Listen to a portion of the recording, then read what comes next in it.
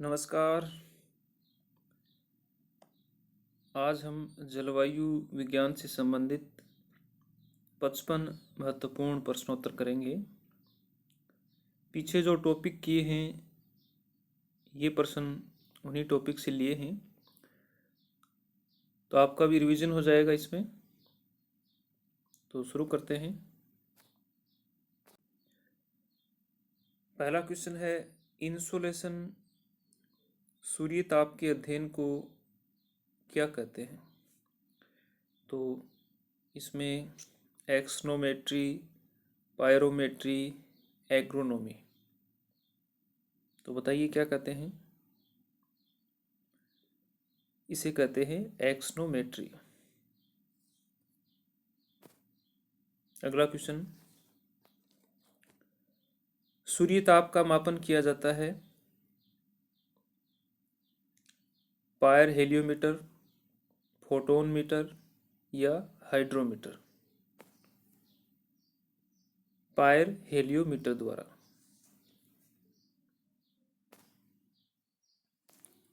अगला क्वेश्चन, धरातल पर सौर विकिरण किन तरंगों के रूप में प्राप्त होता है?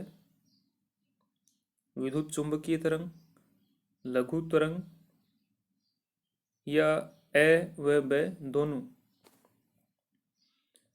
तो इसमें लघु तरंग जो विद्युत चुंबकीय तरंग के रूप में होती हैं, ए और ब दोनों। अगला क्वेश्चन, अल्ट्रावायलेट विकिरण से धरातल पर सौर ऊर्जा का कितने प्रतिशत भाग प्राप्त होता है? पराबैंगनी किरणों से 52%, 6% या 42%? तो अल्ट्रावायलेट लघु तरंगें होती हैं। लघु तरंगों से कुल सौर ऊर्जा का 6% भाग प्राप्त होता है। मध्यम तरंगों से 52% और दीर्घ तरंगों से 42% भाग प्राप्त होता है। अगला क्वेश्चन,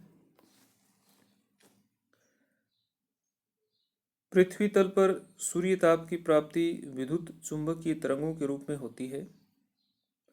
इन्हें पृथ्वी तल पहुंचने में कितना समय लगता है? 500 मिनट, 8 मिनट या 500 सेकंड?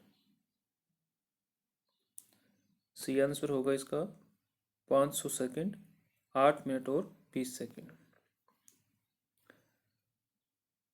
अगला क्वेश्चन, असुमेलित का चुनाव करें।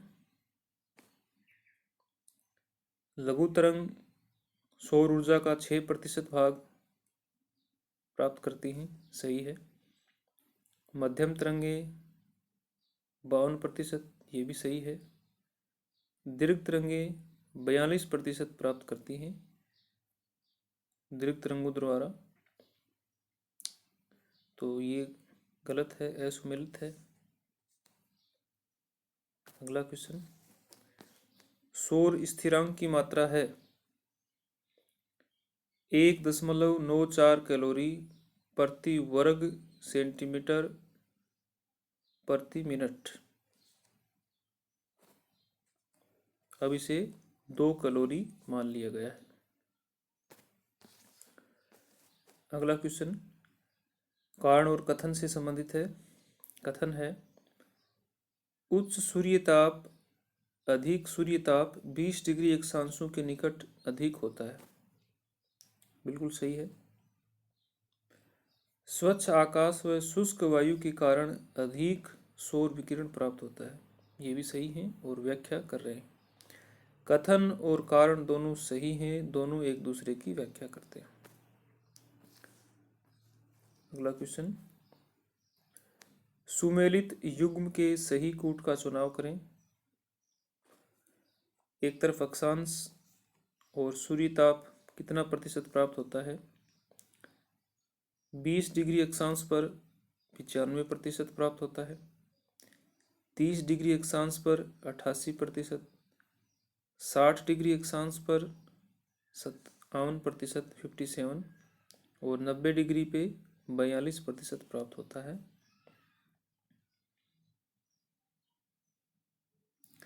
ये ब का ऑप्शन होगा इसमें।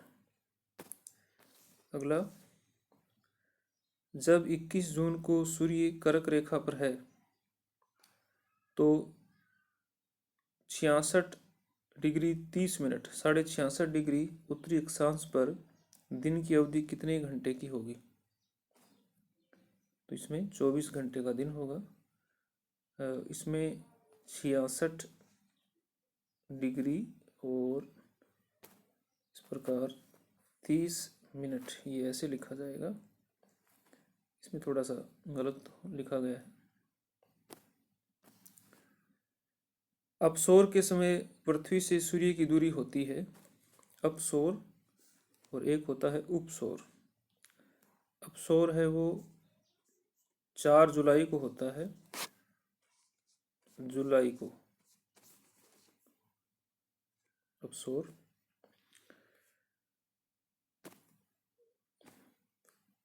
15.2 करोड़ किलोमीटर दूरी होती है, और उपसौर के समय 14.7 करोड़ किलोमीटर होती है, जो 3 जनवरी को होता है। पृथ्वी का औसत अल्बिडो है 35%, 34 से 35% होता है। अल्बिडो क्या होता है? धवलता या स्वीति, ऊर्जा की ऐसी मात्रा या ऐसा विकिरण जो धरातल को बिना गर्म किए ही वापस अंतरिक्ष में शून्य में चला जाए, तो वो 35% भाग होता है।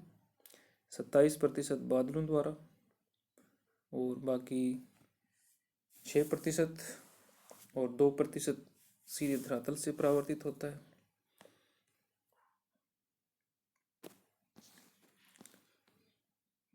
बसंत विषु स्प्रिंग इक्विनोक्स होता है 21 मार्च को। 21 मार्च और 23 सितंबर को सूर्य की स्थिति मध्य रेखा पर बिल्कुल सीधी होती है, और उस दिन समस्त विश्व में दिन रात बराबर होते हैं। इसे बसंत विषुव कहते हैं। पार्थिव विकिरण होता है अवरक्त किरणों द्वारा, पराबैंगनी किरणों द्वारा या गामा किरणों द्वारा। तो पार्थिव विकिरण है वो दीर्घ तरंगों द्वारा होता है, और अवरक्त किरणें, इंफ्रारेड किरणें दीर्घ तरंगे। अगला क्वेश्चन 15 का, 21 जून को जब सूर्य की किरणें कर्क रेखा पर 90 डिग्री का कोण बनाती हैं तो 66.5 डिग्री उत्तरी अक्षांश पर कितने डिग्री का कोण बनाएंगी? 47 डिग्री। 66.5 डिग्री पे पूछा है, तो 47 डिग्री का कोण बनाएंगी। उपसौर व अपसौर के समय सूर्य ताप में भिन्नता होती है। उपसौर और अपसौर। उपसौर, इसमें सूर्य नज़दीक होता है तो 7% अधिक ताप प्राप्त होता है, और अपसौर दूर होता है तो कम प्राप्त होता है। तो अधिक व कम, 7% अधिक व कम ताप प्राप्त होगा। 17 का क्वेश्चन, उष्ण कटिबंधीय क्षेत्रों में धरातल पर सूर्य ताप की मात्रा होती है। उष्ण कटिबंधीय क्षेत्र 320 वाट प्रति वर्ग मीटर। ब का आंसर होगा। अगला क्वेश्चन, धरातल के प्रकार व अल्बिडो की मात्रा के प्रतिशत का सही युग्म चुनिए। एक तरफ धरातल का प्रकार और दूसरी तरफ अल्बिडो दिया है प्रतिशत में। तो ताज़ा हिम सर्वाधिक विकिरित करती हैं, परावर्तित करती हैं 80 से 85%, घने बादल 50 से 80%, रेत 20 से 30 और वन 5 से 10%। तो इसमें ब का ऑप्शन होगा। अगला क्वेश्चन, उपसौर के समय जनवरी में तापमान कितना अधिक होता है? तो उपसौर और अपसौर के समय 7% तापमान अधिक और कम प्राप्त होता है, तो 4 डिग्री सेल्सियस तापमान अधिक होता है।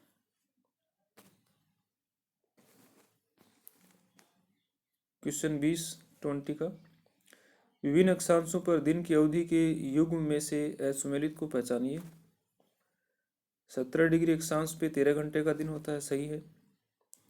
31 डिग्री अक्षांश पे 14 घंटे का, ये भी सही है। 63 डिग्री अक्षांश पे 20 घंटे का, 83 डिग्री अक्षांश पे 48 घंटे का, ये गलत है। तो असुमेलित पहचानना था, ये गलत है, बाकी सही। अगला क्वेश्चन, पृथ्वी के कितने प्रतिशत भाग का वाष्पीकरण पर खर्च हो जाता है? तो इसमें पृथ्वी के कितने प्रतिशत ऊर्जा का, उष्मा का कितने प्रतिशत वाष्पीकरण पे खर्च होता है? तो 19%। सूर्य ताप के कितने प्रतिशत भाग का वायुमंडल द्वारा अवशोषण कर लिया जाता है? 14% भाग। इसमें 2% है वो ओजोन गैस द्वारा अवशोषण होता है।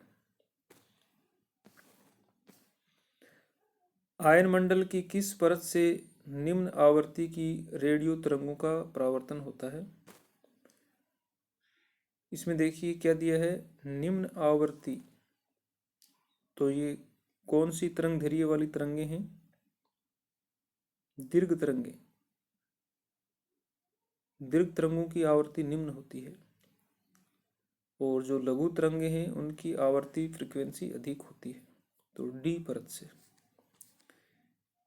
ई परत से मध्यम तरंगे और एफ परत से लघु तरंगों का परावर्तन होता है। और ये सभी परतें सायंकाल के बाद विलुप्त हो जाती हैं, रात्रि में नहीं रहती, इसीलिए रेडियो हमें रात्रि को साफ सुनाई देता है। अरोरा लाइट्स की घटनाएं किस वायुमंडलीय भाग में घटित होती हैं? देखिए इसमें अरोरा लाइट्स की घटनाएं आयनमंडल में घटित होती हैं और ई परत में, आयनमंडल की ई परत में घटित होती हैं। उत्तरी ध्रुव पर अरोरा बोरियलिस सुमेर ज्योति और दक्षिणी ध्रुव पर अरोरा ऑस्ट्रेलिस कुमेर ज्योति कहते हैं। मध्य मंडल किस जोन का भाग है? तो मध्य मंडल है वो होमोस्फेयर सममंडल का भाग है। क्वेश्चन नंबर 26, आयनमंडल की किस परत को केनेली हेविसाइड परत कहते हैं? इस परत को कहते हैं परत डी, परत ई और परत एफ। केनेली हेविसाइड परत ई परत को कहते हैं और इसी परत में अरोरा लाइट्स की घटनाएं घटित होती हैं। क्वेश्चन 27, वोन एलन विकिरण पेटी कहाँ स्थित है? बाह्य मंडल में, चुंबकीय मंडल में या आयन मंडल में? तो देखिए अगर इसमें चुंबकीय मंडल नहीं होता और बाह्य मंडल होता तो बाह्य मंडल इसका आंसर होता। तो अब चुंबकीय मंडल दिया है तो सही आंसर होगा इसमें चुंबकीय मंडल।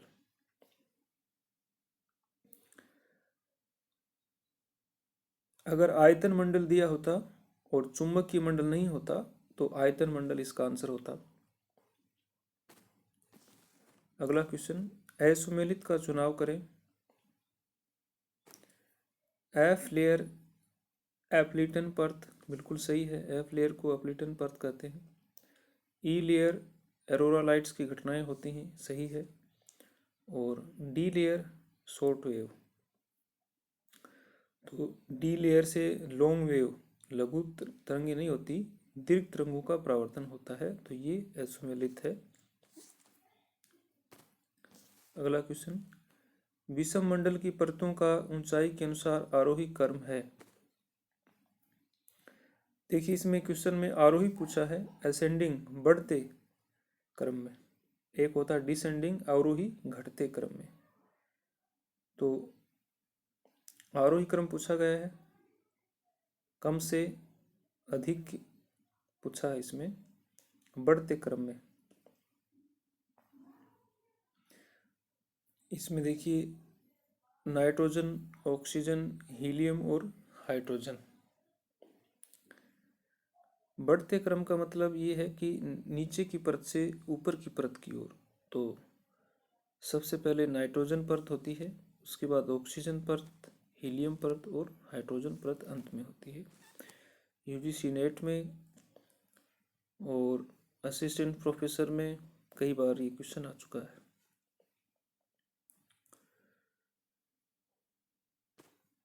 अगला क्वेश्चन, वायुमंडल को सममंडल और विषममंडल में विभाजित करने का श्रेय जाता है।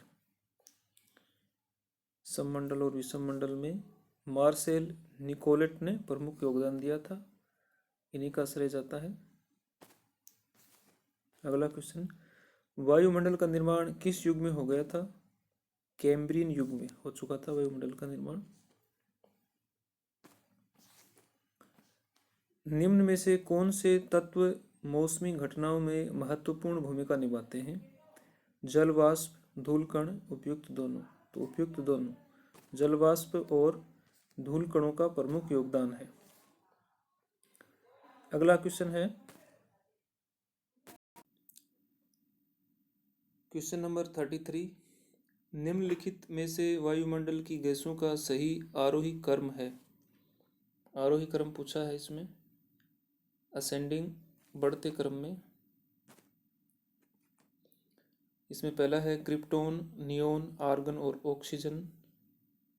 दूसरा है नियोन, आर्गन, ऑक्सीजन और नाइट्रोजन। और तीसरा है नाइट्रोजन, ऑक्सीजन, आर्गन और नियोन।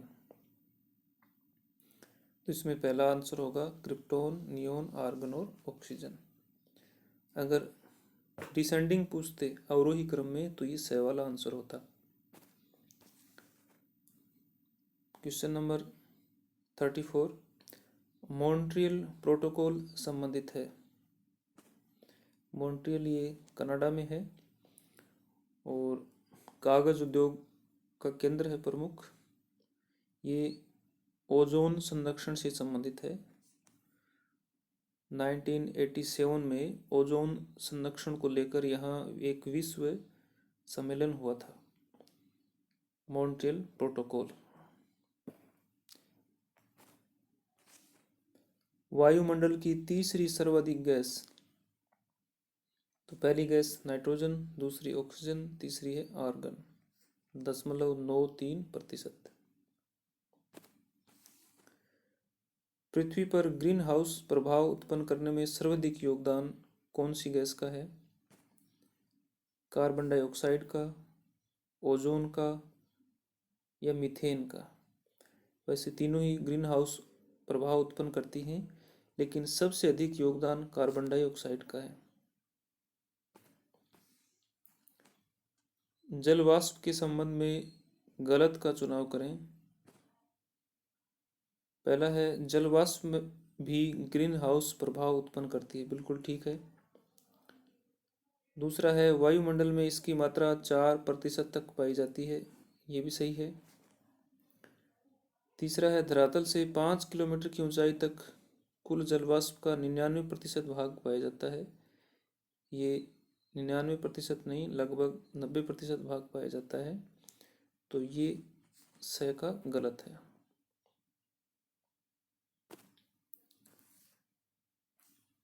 क्वेश्चन 38, किस ऊंचाई पर ऑक्सीजन की मात्रा नगण्य हो जाती है? 120 किलोमीटर पर, 90 किलोमीटर पर या 12 किलोमीटर पर? तो 90 किलोमीटर पर ऑक्सीजन की मात्रा नगण्य हो जाती है। 90 किलोमीटर पर कार्बन डाइऑक्साइड की मात्रा है वो कम हो जाती है।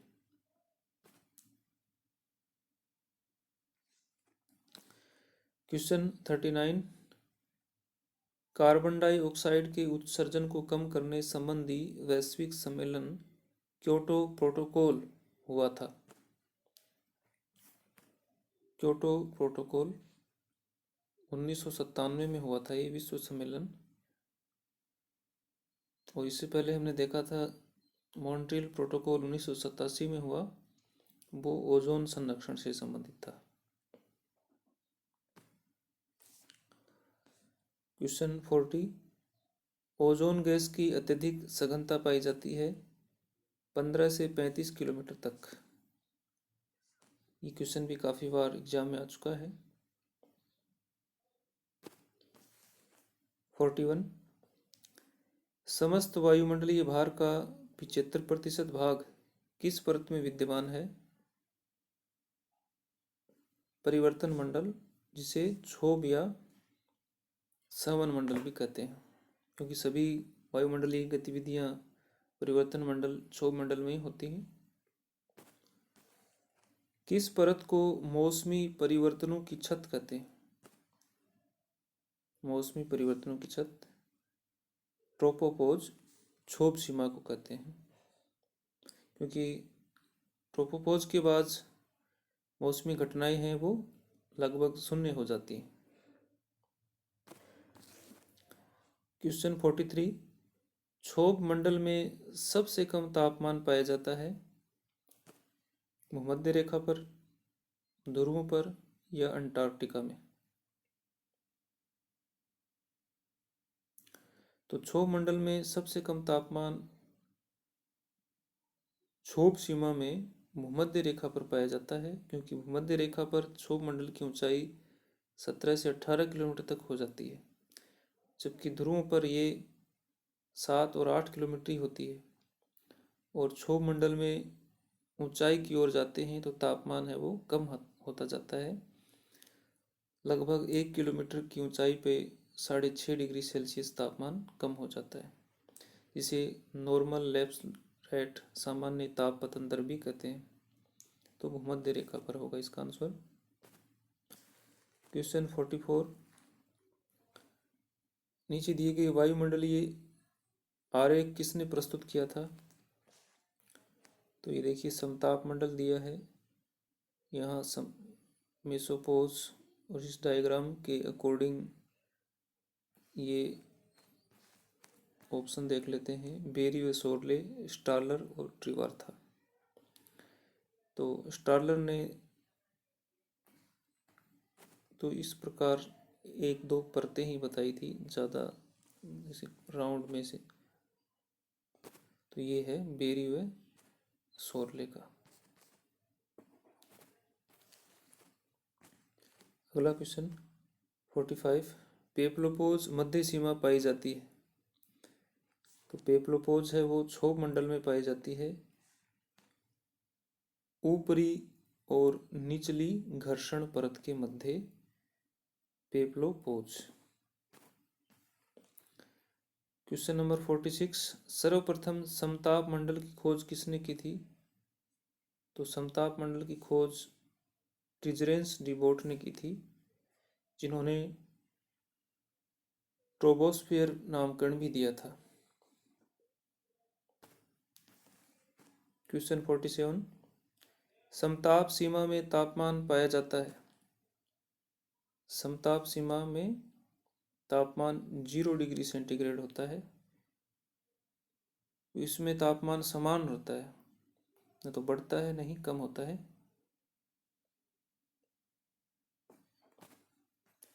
क्वेश्चन 48 क्षोभ मंडल में सामान्य ताप पतन दर क्या है?